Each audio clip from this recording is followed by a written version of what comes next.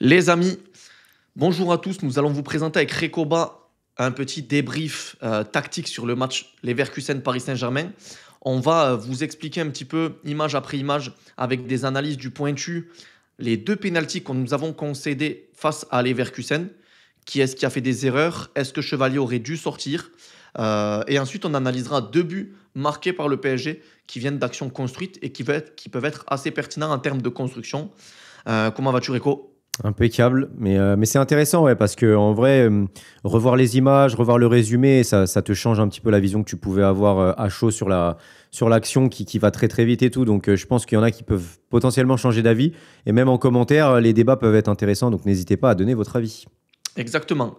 Donc, on va commencer par le premier penalty concédé par le PSG. Donc, là, on s'aperçoit directement qu'un joueur de Leverkusen est touché de manière long de la ligne et que Warren Zaïre-Emery va laisser Grimaldo prendre l'espace et attaquer cet espace parce que Vitinha va être attiré côté ballon et donc va libérer la surface, l'entrée de surface. Donc, à partir de là, finalement, l'appel de Grimaldo va faire en sorte que Vitinha et Warren Zaïre-Emery vont être attirés par son appel. Et donc, le joueur de Leverkusen qui est libre devant les deux Parisiens va recevoir le ballon. Donc, le joueur, en l'occurrence, qui est Etcheverry côté Leverkusen, arrive, grâce à sa prise de balle, à rentrer dans la surface. Derrière, il y a Vitinha qui va le cadrer. Et ensuite, va envoyer ce ballon pour l'attaquant de Leverkusen, qui est au duel avec Zabarni. On connaît tous un petit peu la situation. Derrière, malheureusement, pas de chance. Zabarni tombe un petit peu sur le ballon avec sa main. Penalty sévère ou pas, on l'analysera un petit peu après avec Rekoba. Second penalty, on voit que c'est une tête qui est effectuée par le défenseur de Leverkusen dans sa première moitié de terrain, enfin dans sa propre moitié de terrain, pardon, et qui va être une tête assez longue. Et on s'aperçoit que nos quatre défenseurs, donc Mendes, Zabarni, Pacho qui est quand même assez haut, Vitinha et même du coup Hakimi, sont en train d'avancer. Là où de base, ils devraient être en position de trois quarts prêts à reculer. Donc on est attiré par le ballon. En fait, on a Chevalier du coup qui est hors de ses 6 mètres et qui recule. Nos deux défenseurs ont mal couvert la sortie de Pacho et donc sont sur la même ligne que l'attaquant de Leverkusen. Et à partir de là, on a dans un premier temps Mendes qui fait un peu opposition avec le corps, avec une charge à l'épaule quand on voit à vitesse réelle qui veut le déséquilibrer sans faire faute. Et Chevalier, du coup, qui est sur sa ligne des 6 mètres. À partir de là, Zabarni, en sachant que Chevalier ne veut pas intervenir, doit être en couverture de Mendes. Il se fait prendre. Il essaie de protéger le ballon tant bien que mal pour une éventuelle sortie de son gardien. Incompréhension des deux. Et ensuite, penalty. Donc, on va revenir sur un format classique. Qu'est-ce que tu penses un petit peu de ces pénaltys concédés suite à des mauvais positionnements, à peu de communication?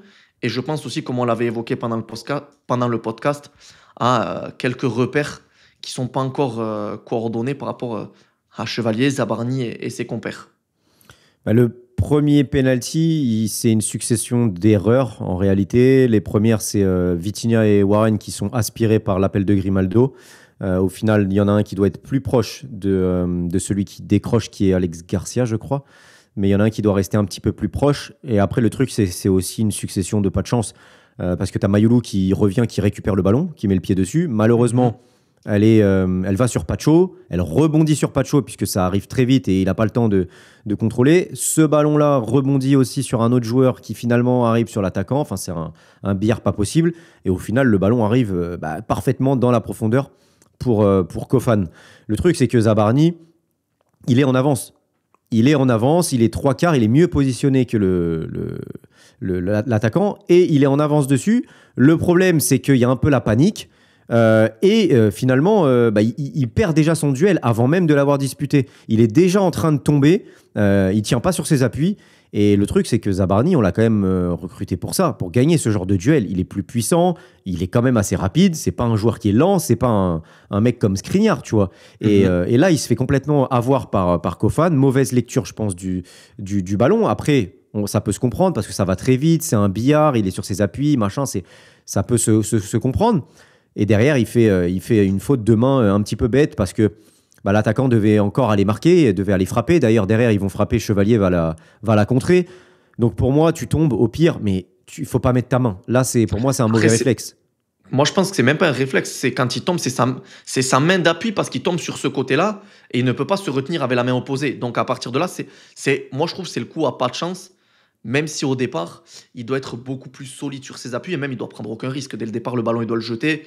Et je trouve que ça fait suite aussi à 5 minutes dans lesquelles on commençait à être sur un temps faible qu'on a très mal maîtrisé sur cette première mi-temps. Ça faisait quand même 5-6 minutes qu'on était un peu moins bien et que Leverkusen avait remis un petit peu le pied sur le ballon, qu'on avait quelques errances techniques et que voilà, il y a forcément des temps faibles dans un match et on Et était moins penalty ou bien. pas pour toi? Bien sûr, il y a penalty. Ouais, pour moi aussi. C'est Je sévère, comprends que ce soit discutable, mais en vrai, je trouve que le penalty est justifié parce c'est qu'il perd son sévère. duel avant, Voilà, c'est ça. C'est avant sévère, d'être mais pour au moi, sol. on aurait crié au scandale si ça avait été au cas inverse. Pour moi, c'est un penalty qui est sévère, mais qui est juste. Donc sur ce premier penalty, ok. Et sur le second, qui fait un peu plus polémique, je vais revenir directement sur les slides. Je pense que ça peut être intéressant qu'on en parle avec un aspect visuel. Donc dès le départ, on voit, comme tu t'en aperçois, les défenseurs qui pour moi sont très mal positionnés. Pour moi, ça va parce qu'il y a la ligne et même Zabarni, regarde, il est déjà en train de se mettre un peu position 3/4, tu vois. Parce qu'il voit que Tapsoba va mettre une grosse tête et que potentiellement ça peut arriver vers lui. Donc il est déjà prêt, tu vois, à pivoter. Et on est plutôt bien C'est déjà trop aligné, tard. même. Mais c'est Pour moi, c'est déjà trop trop tard. tard. Mais au moins, avec le ballon, tu vois, qui est mis derrière Mendes et Zabarni, au moins là, tu vois, ils sont en avance sur le défenseur. Et d'ailleurs, sur le défenseur, sur Kofan. Et d'ailleurs, lors de la course, les deux sont en avance sur lui. Et c'est après, avec le coup, la poussette de Nuno qui va faire qu'il va passer devant. Mais tu vois, Zabarni, là, il est au contact, il est devant, il va intervenir avant lui. Et pour moi, tu vois, là où le ballon rebondit, Chevalier ne doit pas sortir. Il est beaucoup trop loin. Il ne Il doit a pas pris reculer. l'information. Pour moi, il doit reculer parce qu'il a pris l'information. Regarde, souviens-toi de Donnarumma face à Arsenal où il recule pas. Et du coup, Martinelli arrive avant et le lobe. Pour moi, Chevalier doit reculer parce qu'il a pris l'information et a vu que ses défenseurs étaient bien au contact. Si les défenseurs étaient derrière Kofan, là oui, pour moi, Chevalier doit sortir et aller disputer le duel. Mais à partir du moment où les défenseurs sont là pour disputer le duel et justement, tu vois, disputer ce duel-là, pour moi, non, Chevalier est très bien à sa position et ne devait pas sortir. Pour moi, en fait, déjà, un gardien qui recule, c'est un gardien qui se met en difficulté. Il ne doit pas sortir, ça c'est une réalité, mais il ne doit pas reculer. En fait, quelle est la probabilité de chance quand un attaquant qui est au duel avec deux défenseurs, qui plus est Mendes et Zabarni, qui sont quand même relativement costauds, et de mettre une tête facilement pour lober Chevalier, il est proche de zéro, ou qui, du moins, va avoir la chance de pouvoir mettre une volée ou quoi que ce soit. Pour moi, il doit quand même fermer l'angle en étant plus proche de ses défenseurs. Et si ses défenseurs sont devant, lui permettent de jouer avec une tête pour lui mettre le ballon dans les mains. Et c'est là où on s'en aperçoit. Le fait d'avoir reculé, tu te Mais même, mets en en fait. plus, ils sont en 2 contre 1 en plus. Franchement, ils perdent un duel en 2 contre 1. Tu vois, pour moi, c'est dur de mettre la faute sur un Ah chevalier non, pour alors moi, il que n'est pas fautif. il y a un duel en 2 contre 1. Quoi. Il n'est Les pas deux fautif, perdent leur duel. Quoi. mais il ne doit pas reculer. Parce que Mais le fait. s'il est plus haut, ça change quoi finalement sur cette action s'il est par Éventuellement, exemple un peu un plus des au deux point de péno? défenseurs peuvent lui mettre le ballon de la tête et ils sont plus proches. Parce qu'en étant au contact, le ballon de la tête que tu mets à Ah, ton mais gardien, ils il est pourront plus même... difficile. Ouais, mais ils pourront même pas au final parce que là, je crois qu'aucun des deux ne touche le ballon d'ailleurs. Puisque... Mais parce qu'ils sont omnibulés par l'attaquant. Ah ouais. Et donc au final, Donc, il aurait été sorti. Ça se trouve, il aurait même pris, je sais pas, un but gag ou un truc comme ça, tu vois. Donc c'est là pour où. moi, c'est compliqué. Et là, tu vois, là pour moi, Zabarni, c'est encore une fois une erreur parce que Oui. ton duel, il est perdu. T'es déjà à 10 contre 11. Tu n'as pas besoin d'aller faire ça. T'as le dernier rempart. Laisse l'attaquant tirer. Peut-être Chevalier peut la sortir. Peut-être qu'il peut la mettre au-dessus. Il est un peu déséquilibré. Tu essayes de jouer, de le pousser un petit peu, mais tu le fais pas tomber. Et c'est pour ça que moi je te dis, si Chevalier n'avait pas reculé, tu regardes la position du ballon, Chevalier serait resté sur ses 6 mètres. Et c'est là où il aurait fermé déjà un angle de frappe encore plus imposant à l'attaquant. Et le fait d'avoir reculé, il lui ouvre une porte de frappe et sur son côté droit et sur son côté gauche. Et également, là, il ne peut pas intervenir parce qu'il est trop loin. Et c'est sur ça où, pour moi, il doute de toute manière et ça se voit. Pour moi, il ne doit pas sortir, mais il ne doit pas non plus reculer. Il doit être acteur en fait de sa surface. Et là, il en est en fait vraiment spectateur en reculant et en donnant la possibilité à l'attaquant d'avoir ben, plus d'ouverture. Ce qui lui a permis d'arrêter le premier tir là, sur la première action aurait pu lui permettre effectivement, si sur cette action il était un chouïa plus haut, d'être plus au contact de Kofan et de la contrer tout de suite. De la contrer, voire même de sortir dans ses pieds. Hein. Dans tous les cas, Zabarni aurait commis le penalty. Donc, en fait, on peut pas montrer de vidéo sur YouTube, c'est ça qui est dommage.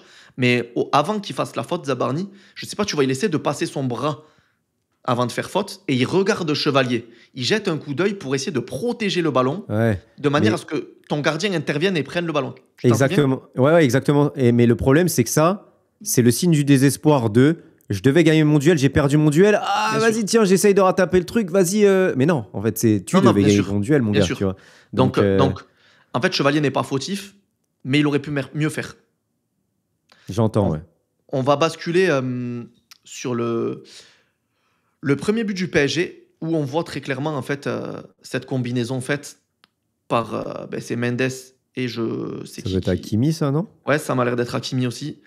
L'idée, c'est de faire sortir la défense et de s'intercaler entre les défenseurs. Donc, on voit du coup Mendes qui joue pour Hakimi.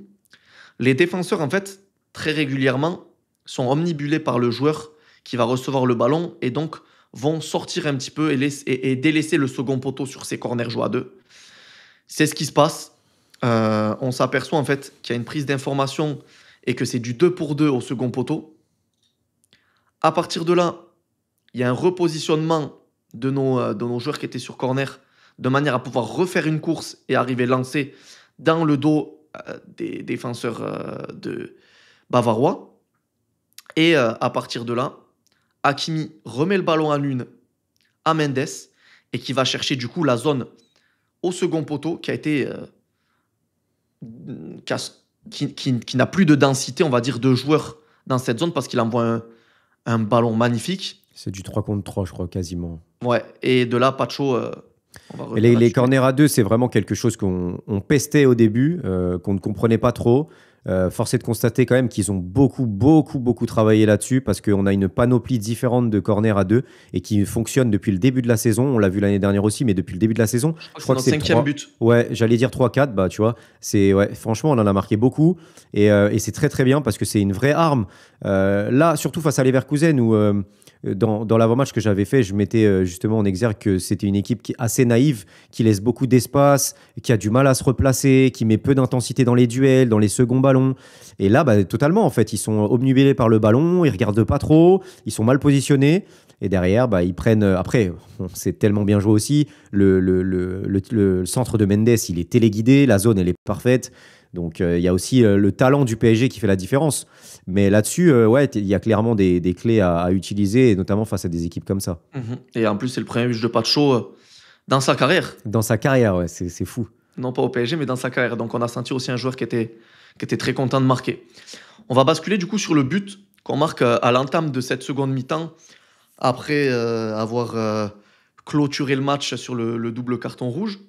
Mais donc, on voit un PSG qui est positionné comme un peu l'année dernière, en 3-4, du coup 3 sans attaquant avec le ballon. Et c'est Vitinha qui vient faire le rôle que Mendes avait à la création. Et à partir de là, on voit que Mendes est utilisé en attaquant, quasiment, avec Gvara qui s'intercale au milieu. Et je ne vois pas... C'est Barcola qui est à gauche. Ouais. T'as un 3-2-5, sauf que là, on a un joueur en moins, donc on a un 3-1-5. Et on a Gvara qui est dans un rôle à la Ruiz, Barcola qui est sur le côté et Nuno qui est dans un rôle à la Dembélé. Et il faut bien remarquer quelque chose, c'est qu'il n'y a aucun joueur qui est sur la même ligne de passe. Et ça, c'est très important sur la relance. C'est-à-dire que même Vitinha, qui pourrait être sur la même... T'as l'appel aussi, je crois que c'est Warren au milieu là, qui fait l'appel pour libérer Gvara. Au final, tu vas se trouver un espace qui décroche de manière à ce que Gvara puisse être libre. Ensuite, on a du coup, après le décrochage de Warren, Gvara qui peut être libre. Et c'est du coup Gvara qui va faire une course arrondie pour ouvrir l'espace pour Nuno Mendes. Donc, changement de rythme. Là, il y a un double 1-2 avec Gvara et Vitinha. Vitinha comme face à l'Inter. La spéciale Vitinha, celle-ci. Exactement. Ça attire les joueurs. Vitinha ouvre un espace par une conduite de balle. Mendes, par le fait que Barcola va déclencher un appel aussi, va pouvoir avancer dans l'espace. Vitinha va fixer. Il arrive à glisser un ballon magnifique pour Nuno Mendes et qui termine aussi parfaitement son match à la 50e minute de jeu parce qu'il a une capacité technique aussi à finir les actions et à être vraiment excellent techniquement. Donc ça, c'est important aussi à souligner. Je te laisse enchaîner sur ce but. Ouais, un but magnifique. Ça représente tout ce qui est devenu Vitinha au PSG, je trouve. La construction, elle part de lui. Même quasiment la finition à la dernière passe. Comme quand il avait, face à l'Inter, lancé Désiré Doué, où il joue ce coup franc rapidement, il fait toute l'action, il s'appuie sur Dembélé et il lance Doué. Vitinha, c'est vraiment le cerveau. Et puis, tout ça est possible aussi grâce à son talent, mais aussi grâce à tous les autres. Et en fait, c'est des choses qu'on ne se rend pas compte, mais chacun a un rôle important dans cette action-là. Barcola qui ouvre son latéral et qui permet aussi d'espacer avec le central, ce qui permet à Nuno de s'engouffrer, ce qui permet à Vitinha de s'engouffrer, Gvara qui vient aider, Warren qui a libéré aussi pour Gvara. Et ouais, tous ils ont un rôle important et ça s'appelle une symphonie en fait. Tout est lié, tout fonctionne et quand ça joue comme ça, le PSG est inarrêtable. Ouais, c'est clair, et en plus, on voit quand même aussi le rôle beaucoup plus offensif sur cette première partie de saison de Nuno Mendes, qui n'était pas bridé, mais qui l'année dernière avait un rôle un peu plus défensif. Donc on voit aussi sa palette qui est régulièrement mise aussi proche de l'attaquant. Quand notre ailier gauche est large, Mendes arrive à beaucoup plus jouer intérieur aujourd'hui et il a élargi aussi sa palette. Donc c'est hyper intéressant les mouvements que l'on voit sur cette action, les ouvertures d'espace suite à des décrochages, à des prises de largeur, etc. Et que les joueurs sont connectés les uns aux autres parce que sans connexion, cette séquence, on ne peut pas la voir. Est-ce que tu as quelque chose à rajouter sur cette séquence tactique ? Non, mais ça fait plaisir pour Nuno et c'est bien aussi parce que Achraf, au niveau stat, on va dire, on le voit un petit peu moins sur ses derniers matchs, mais toujours le contenu est toujours bon et puis on a Nuno Mendes qui prend entre guillemets le relais, donc en vrai c'est top de les avoir et niveau stat, ça fait plaisir aussi pour Nuno parce qu'on sait qu'il a, dans les 30 derniers mètres, il a une qualité de finition, que ce soit ses centres, ses passes décisives ou ses buts. On sait qu'il a un potentiel encore incroyable et je pense qu'on n'est même pas encore au bout de ce que peut donner Nuno. On est d'accord. Mais les amis, n'hésitez pas à nous dire si vous pensez que l'analyse tactique vous a plu, si vous pensez que Chevalier aurait pu mieux faire, si vous pensez que Zabarni est sur sa pire prestation de la saison. Likez, abonnez-vous. On se revoit bientôt. Bonne journée et allez Paris. Ciao.